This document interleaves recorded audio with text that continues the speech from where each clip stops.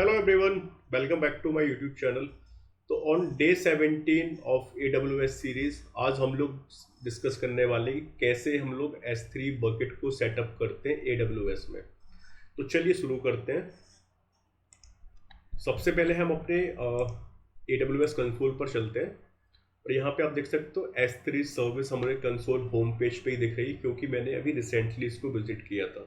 In case अगर आप लोग सर्विसेज को कंसोल होम पेज पे नहीं देख पा रहे, कोई भी सर्विस हो, तो आप सर्च बॉक्स पे जाके जो भी सर्विस आप लोगों को क्रिएट करनी है, यूज़ करनी है, उस पर जाके आप सीधा सर्च कर सकते हैं। तो यहाँ पे S3 स्टोरेज आ जाएगा। ठीक है, तो इस पर क्लिक करते हैं।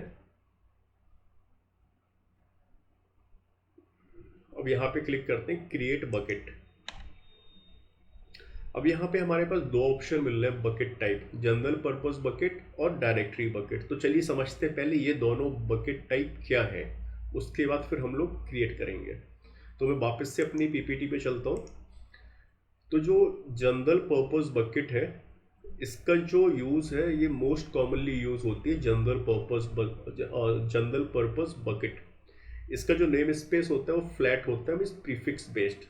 और जो डायरेक्टरी बकेट होती है ये बेसिकली हमारी जो ट्रेडिशनल फाइल सिस्टम होता है हमारे लैपटॉप पे, जो फाइल का फॉर्मेट होता है, लाइक एक पर्टिकुलर फोल्डर, फिर उसके अंदर सब फोल्डर, फिर उसके अंदर मे बी अनदर फोल्डर और मल्टीपल फाइल्स। तो ये डायरेक्टरी स्ट्रक्चर फॉलो होता है डायरेक्टरी बकेट में। तो मतलब एक जो हायरार्की है ये फॉलो करते हैं हम लोग अगर हम लोग डायरेक्टरी बकेट यूज़ कर रहे होते हैं। इस पे एक डिसएडवांटेज भी है डायरेक्टरी बकेट का कि यहाँ पे जो अवेलेबिलिटी जोन होता है सिर्फ सिंगल अवेलेबिलिटी जोन मिलता है, वो भी एक्सप्रेस वन जोन। और अगर हम लोग जनरल पर्पस बकेट यूज़ कर रहे हैं तो यहाँ पे हम लोगों को मल्टीपल अवेलेबिलिटी जोन मिल जाते हैं। मतलब हमारा जो डेटा होगा, जो रेप्लिकेट होगा, वो बेसिकली मल्टीपल अवेलेबिलिटी जोन्स में रेप्लिकेट होगा डेटा, जिससे जो हमारी हाई अवेलेबिलिटी के चांसेस होते हैं वो बहुत ज़्यादा बढ़ जाते हैं। और डायरेक्टरी बकेट में सिंगल अवेलेबिलिटी जोन होने से जो हमारे हाई अवेलेबिलिटी के चांसेस हैं वो कम हो जाते हैं।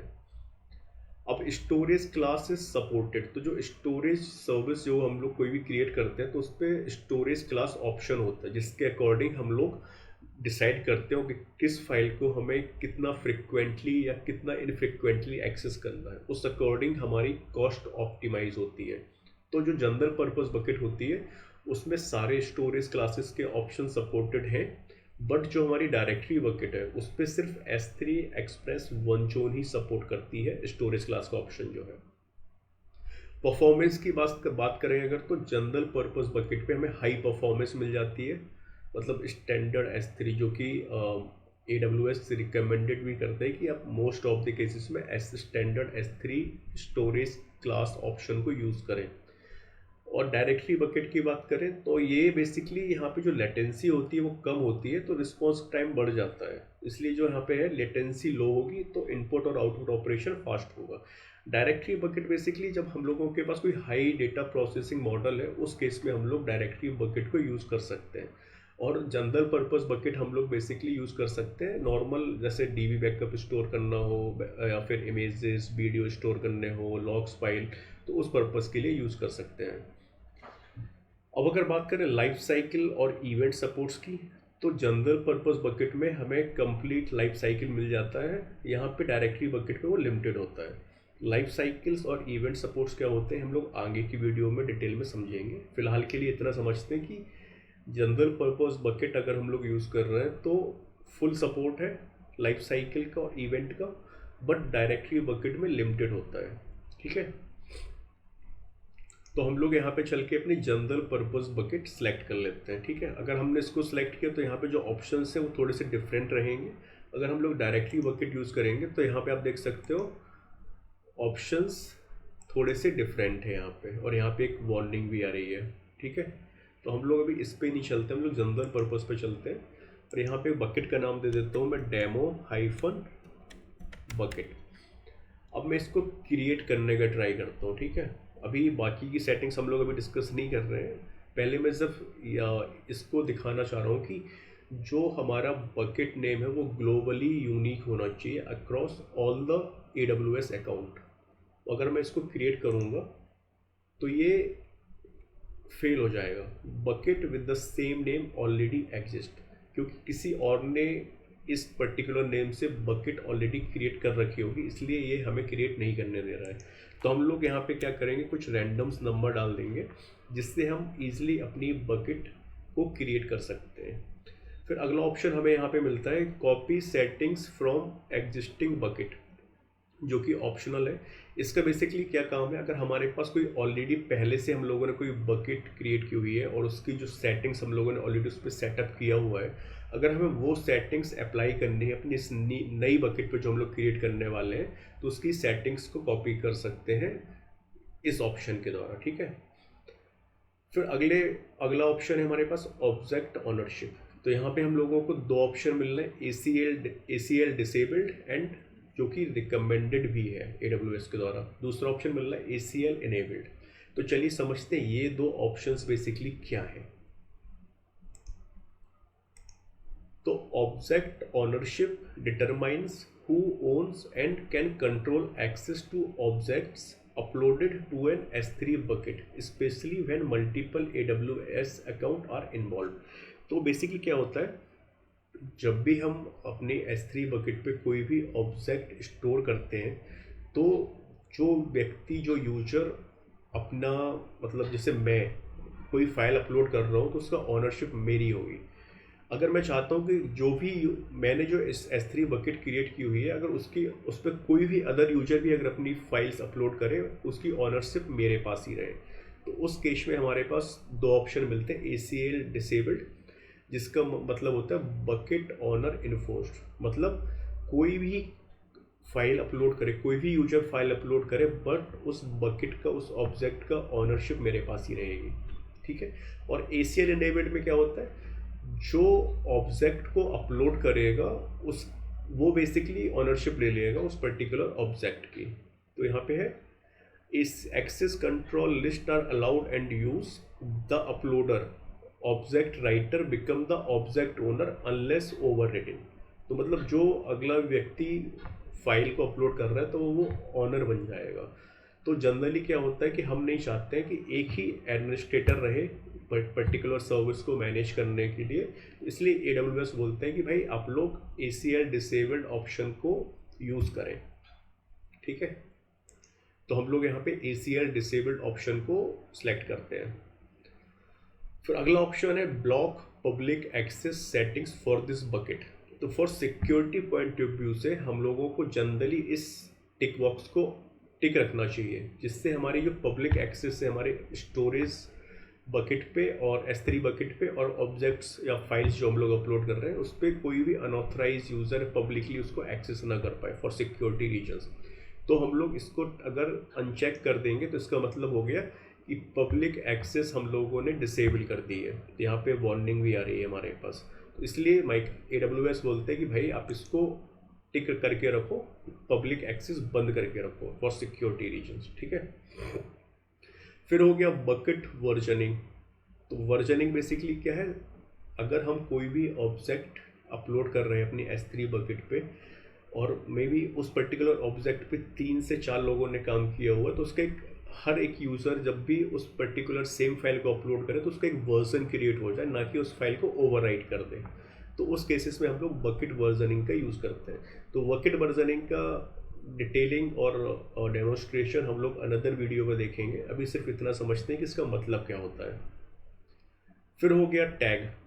तो टैग्स हम लोग दे सकते हैं कि किस पर्पस के लिए हम लोग इस बकेट को क्रिएट कर रहे हैं। तो इजी होता है कि कॉस्ट पॉइंट ऑफ व्यू से, कॉस्टिंग पॉइंट ऑफ व्यू से कि भाई ओके किस पर्पस के लिए यूज़ हुआ था, कितना कॉस्ट हमारा लगा इस पर्टिकुलर सर्विस पे, तो उस पर्पस के लिए हम लोग टैग्स क्रिएट कर लेते हैं। मतलब ईजी आइडेंटिफिकेशन के लिए हम लोग टैग्स का यूज़ करते हैं। फिर अगला ऑप्शन आ गया डिफ़ॉल्ट इंक्रिप्शन। तो जो सर्वर साइड इंक्रिप्शन होता है वो ऑटोमेटिकली अप्लाइड होता है जैसे ही हम कोई फाइल या कोई ऑब्जेक्ट अपलोड करते हैं S3 बकेट पे, और इसको कम्प्लीटली मैनेज होता है AWS के द्वारा। फिर अनदर दो ऑप्शन मिलते हैं server side encryption with AWS की मैनेजमेंट सर्विस, एंड सेम है डुअल लेयर सर्वर साइड। मतलब ये सिंगल लेयर मिल गई यहाँ पे डुअल लेयर सिक्योरिटी की मिल जाती है। अगर हम इस ऑप्शन को सिलेक्ट करते हैं तो हमें यहाँ पे एक पर्टिकुलर ARN नंबर डिफाइन करना होता है जो कि हमारे पास नहीं, तो हम यहाँ से क्रिएट कर सकते हैं। तो मतलब इसका मैनेजमेंट हमें खुद ही करना पड़ेगा बेसिकली। तो हम लोग क्या करते हैं भाई, सर्वर साइड इंक्रिप्शन पे ही चलते हैं अभी डिफ़ॉल्ट। फिर हो गया एडवांस सेटिंग्स। तो यहाँ पे एक फीचर है ऑब्जेक्ट लॉक। इसका मतलब क्या हुआ, हम कोई भी जो फाइल्स अपलोड कर रहे हैं वो बाई डिफ़ॉल्ट लॉक हो जाए, मतलब उस पर सिर्फ रीड एक्सेस हो, राइट एक्सेस ना हो, तो कोई भी यूजर उसको एडिट ना कर पाए। उस पर्पज़ के लिए हम लोग ऑब्जेक्ट लॉक फीचर को भी यूज़ कर सकते हैं बकेट लेवल पे।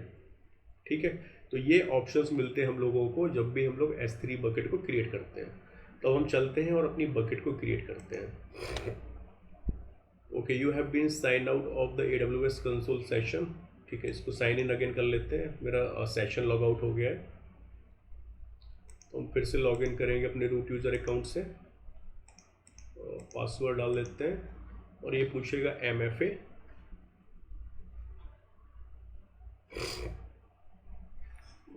तो यहाँ पे डाल देते हैं 792,841।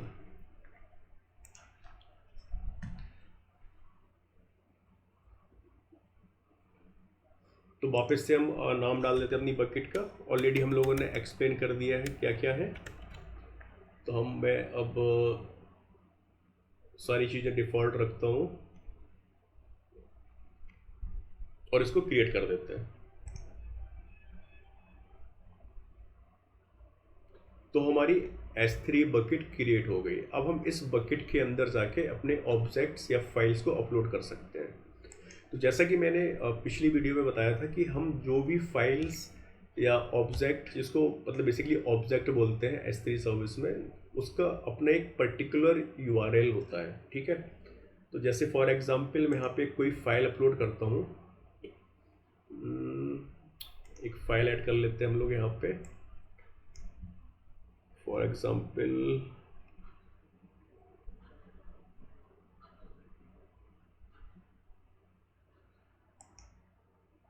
हम लोगों ने एक फ़ाइल अपलोड की यहाँ पे test.html फाइल।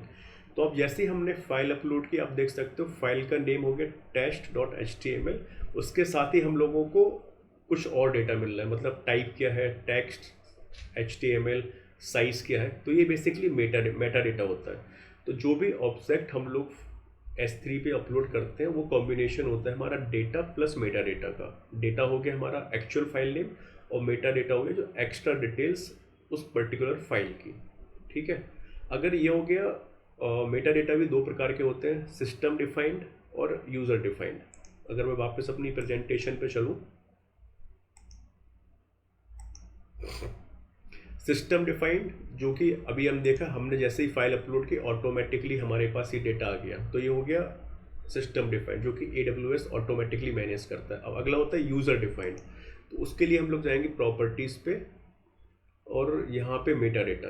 अगर हम यहाँ पे कोई मेटा डेटा ऐड करेंगे यूज़र डिफाइंड, तो इस पे जो ये वैल्यू देख रहे हैं ये प्रीफिक्स हमेशा हर फाइल पे रहेगी। इसको हम लोग डिलीट कर सकते हैं, आई थिंक सो।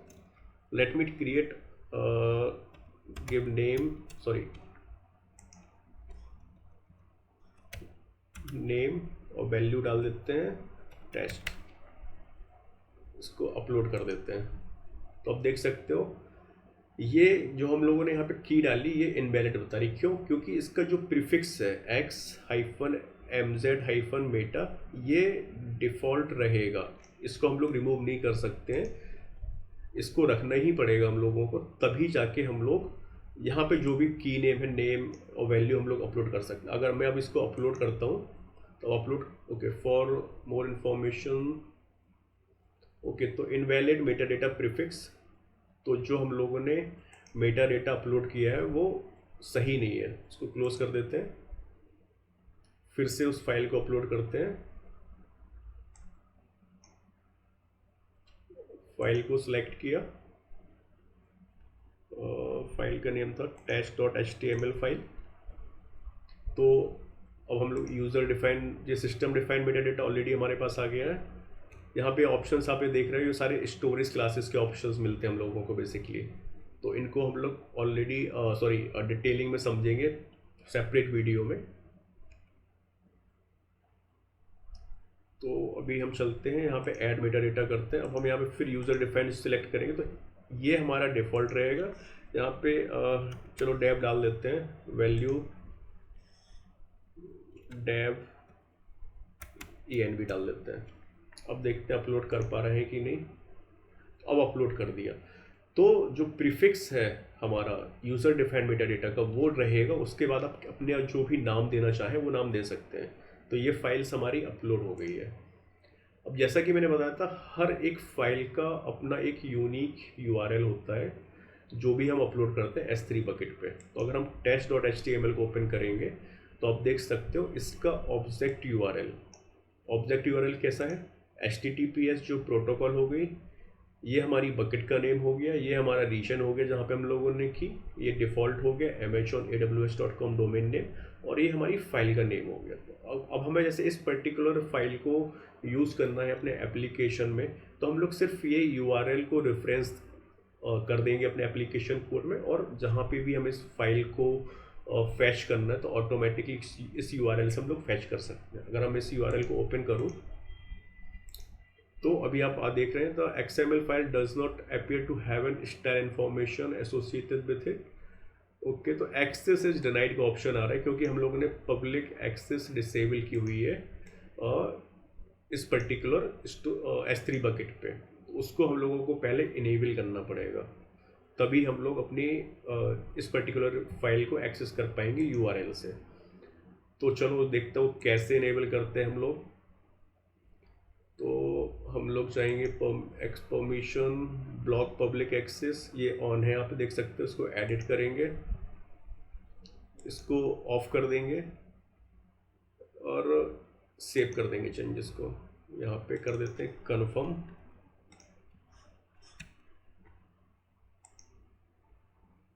ठीक है, अब इसको रिफ्रेश करके देखते हैं। ओके, अभी भी नहीं कर पा रहे हैं।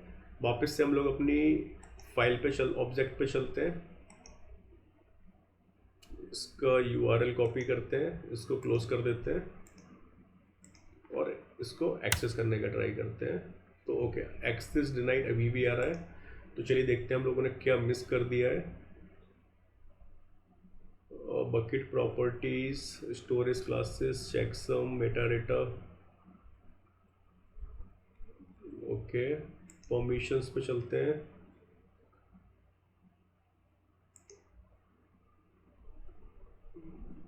Access point management. ओके, तो जो लाइफ साइकिल्स वगैरह ये हम लोग आगे की वीडियो में समझेंगे। ये ऑप्शंस हम लोगों को बकेट लेवल पे मिलते हैं बेसिकली। तो अभी देखते हैं ये हम लोग एक्सेस क्यों नहीं कर पा रहे हैं।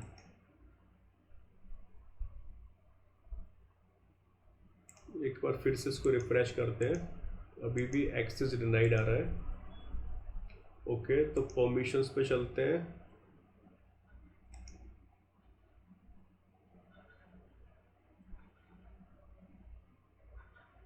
Block public access settings for this account that are enabled apply even if they are disabled for this bucket.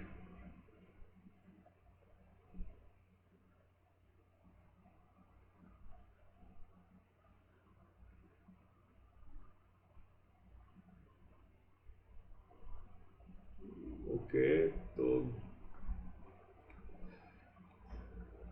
ठीक है, इसको फिर से एडिट करते हैं। यहाँ पे इसको हम लोगों ने डिसेबल किया हुआ है।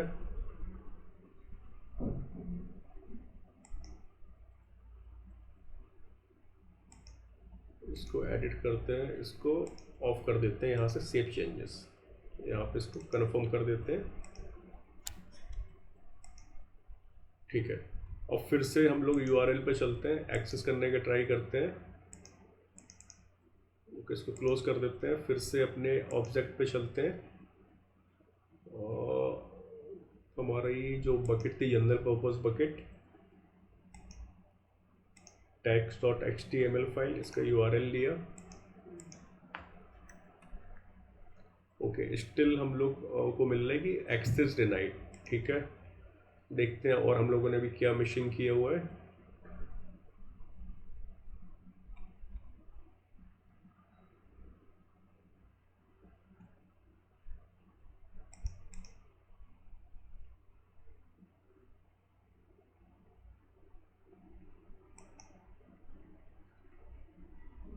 ओके, तो यहाँ पे भी सारा सही है। ब्लॉक ऑल पब्लिक एक्सेस, इसको हम लोगों ने ऑलरेडी ऑफ कर रखा है यहाँ पे।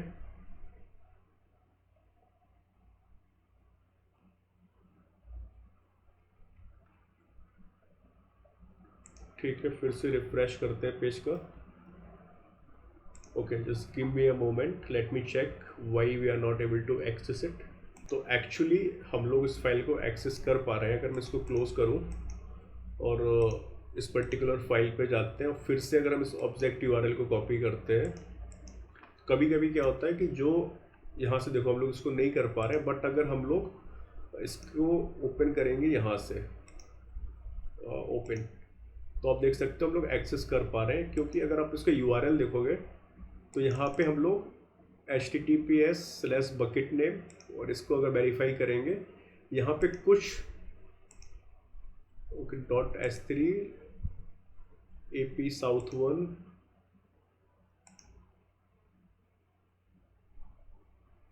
ओके, देखो आप यूआरएल हमारा सेम ही है, बट स्टिल हम लोग इस यूआरएल से एक्सेस नहीं कर पा रहे थे बकेट को।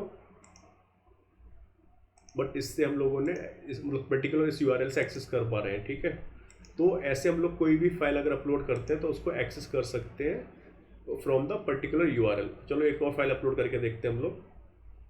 अपलोड पे चलते हैं, ऐड फाइल। अब कोई एक इमेज फाइल ले लेते हैं, फॉर एग्जांपल ओके, इस फाइल को ले लेते हैं, इसको अपलोड कर देते हैं। अब इस फाइल को हम लोग अगर क्लिक करेंगे तो हम लोग इस फाइल को एक्सेस कर पा रहे हैं, जो कि हमारी है thumbnail.jpg फाइल। अब इसको इस यूआरएल से अगर हम लोग ओपन करते हैं, ओके यहाँ से नहीं कर पा रहे एक्चुअली ऑब्जेक्ट लेवल पे। Okay, let me quickly open from here, so here we can access it. So basically जो मेटा डेटा आप लोग यहाँ देख रहे हैं इसका, तो ये पर्टिकुलर हम लोगों को आई थिंक चाहिए है इमेज को एक्सेस करने के लिए। अगर मैं यहाँ से सिर्फ इस पर्टिकुलर यूआरएल को कॉपी करता हूँ और यहाँ से इसको एक्सेस करने का ट्राई करता हूँ तो नहीं कर पा रहे हैं, क्योंकि आई थिंक सो प्रॉपर जो ARN नंबर एंड ऑल, अगर हम लोग ARN नंबर वेरीफाई करते हैं इस यूआरएल पे, सॉरी दिस वन, तो आप देख सकते हो AWS4 ये हमारा बेसिकली ओके। तो बेसिकली हम लोग जो भी ऑब्जेक्ट्स यहाँ पे अपलोड कर रहे हैं उसको यूआरएल से एक्सेस कर पा रहे हैं, बट हम लोग अगर इस पर्टिकुलर ऑप्शन के थ्रू जा रहे हैं तो हम लोग एक्सेस कर पा रहे हैं, बट हम लोग उसको ऑब्जेक्ट यूआरएल से एक्सेस नहीं कर पा रहे हैं। क्योंकि जैसा कि मैंने अभी फिर से ट्राई किया इसको इस ऑब्जेक्ट यूआरएल से एक्सेस करने का, तो ऑब्जेक्ट से एक्सेस नहीं हो रहा है, तो मे बी कोई सेटिंग्स इनेबल नहीं है। तो लेट मी क्विकली चेक। तो हम लोग बेसिकली इसको जो ऑब्जेक्ट यूआरएल है उससे एक्सेस नहीं कर पा रहे, क्योंकि हम लोगों ने पब्लिक एक्सेस डिसेबल रखा है ऑब्जेक्ट लेवल पे। तो उसको इनेबल करने के लिए बेसिकली हम लोगों को क्या करना होगा, हम लोगों को बकेट पॉलिसीज ऐड करनी होगी कि हम लोग भाई पब्लिकली ऑब्जेक्ट को रीड कर पाएँ। तो उसके लिए हम लोग क्या करेंगे, माई बकेट पे जाएंगे और परमिशन पे जाएंगे। यहाँ पे बकेट पॉलिसी आप देख रहे हो, इस बकेट पॉलिसी को हम लोग एडिट करेंगे और यहाँ पे हम लोगों को परमिशन देनी होगी कि हम लोग पब्लिकली इस पर्टिकुलर बकेट में जो भी ऑब्जेक्ट है उनको रीड कर पाएँ। तो उसके लिए मेरे पास ऑलरेडी एक सैम्पल एग्जांपल है। ये है bucket policy, version, statement, SID, allow public read, effect allow, and action क्या है, get object, S3 get object and resource. अगर मैं इसको यहाँ पे सेव कर देता हूँ तो हम लोगों ने क्या किया, बकेट पॉलिसी अप्लाई कर दी कि हम लोग भाई इसको पब्लिकली जो भी ऑब्जेक्ट्स हम लोग अपलोड कर रहे हैं उसको रीड कर पाएँ। अब मैं अगर इस यूआरएल को फिर से रिफ्रेश करता हूँ तो हम लोग देख सकते हैं welcome to test virtual machine हम लोग एक्सेस कर पा रहे हैं फ्रॉम द शॉर्ट यूआरएल या ऑब्जेक्ट यूआरएल से। और सेम अगर अब हम लोग टेस्ट करेंगे दूसरे ऑब्जेक्ट को, जो कि है हमारा thumbnail.jpg, इसका यूआरएल कॉपी कर लेते हैं और फिर इस यूआरएल से भी हम लोग एक्सेस कर पा रहे हैं। ठीक है, तो अब हम लोग क्या है, दोनों यूआरएल से, जो शॉर्ट यूआरएल था और जो लॉन्ग यूआरएल था, ये पर्टिकुलर यूआरएल से भी एक्सेस कर पा रहे हैं और हम लोग जो शॉर्ट यूआरएल है इससे भी एक्सेस कर पा रहे हैं, या कि ऑब्जेक्ट यूआरएल से बेसिकली। तो इसके लिए हम लोगों ने क्या किया, हम लोगों ने एक बकेट पॉलिसीज अप्लाई की कि हम लोग पब्लिकली अपने ऑब्जेक्ट को रीड कर पाए। ठीक है, तो आई होप आप लोगों को क्लियर हो गया होगा कि S3 बकेट कैसे क्रिएट करनी है, कैसे हम लोग जो भी ऑब्जेक्ट अपलोड कर रहे हैं उसको कैसे हम लोग पब्लिकली रीड कर सकते हैं with the help of bucket policy. तो आज के वीडियो में इतना ही रखते हैं, मिलते हैं अगले वीडियो में। Till then bye bye.